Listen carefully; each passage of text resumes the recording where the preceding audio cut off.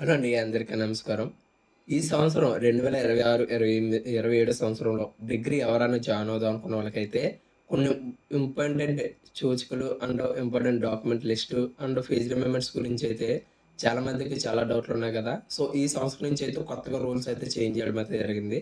డిగ్రీలో జాయిన్ అవుదాం అనుకున్న వాళ్ళు ఈ రూల్స్ కంపల్సరీగా అయితే వినండి. వింటే మీకు చాలా యూజ్‌ఫుల్ అయితే ఉండడం అయితే జరుగుతుంది 100%. ఈ వీడియో నచ్చితే మాత్రం లైక్ అండ్ సబ్స్క్రైబ్ చేసుకొని బెల్ ఐకాన్ అయితే యాక్టివేషన్ చేసుకోండి. వీడియోలోకి అయితే వెళ్ళిపోదాం.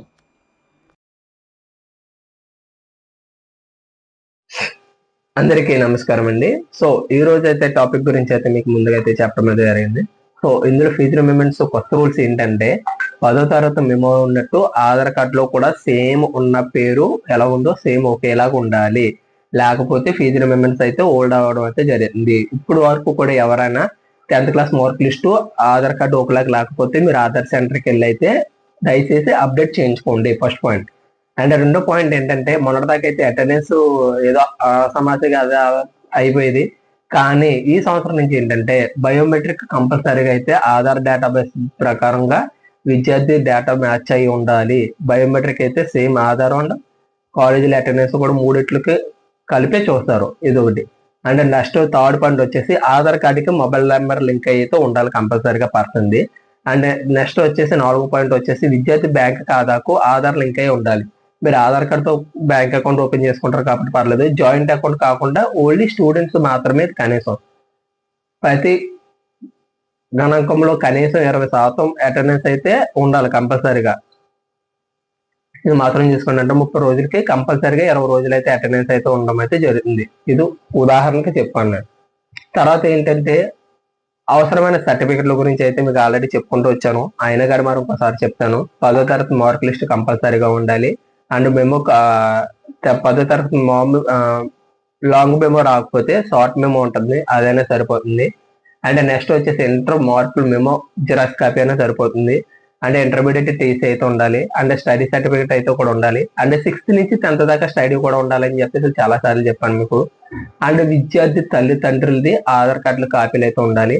అండ్ రేషన్ కార్డు అండ్ ఆదాయ ఇన్కమ్ సర్టిఫికేట్. ఓసీ వాళ్ళకి ఇన్కమ్ సర్టిఫికేట్ లేస్తారని చెప్పేసి చాలా మంది రాంగ్ అండి. ఓసీ వాళ్ళకైనా బీసీ వాళ్ళకైనా ఎస్సీ ఎస్టీ వాళ్ళకైనా ఎవరికైనా కానీ ఇన్కమ్ సర్టిఫికేట్ అయితే ఉండడం అయితే జరిగింది. మీరు దయచేసి వెళ్ళి మీ సచివాలయం కానీ లేదంటే మీ సభ దగ్గరికి వెళ్ళి అయితే మీరు చేయించుకోండి.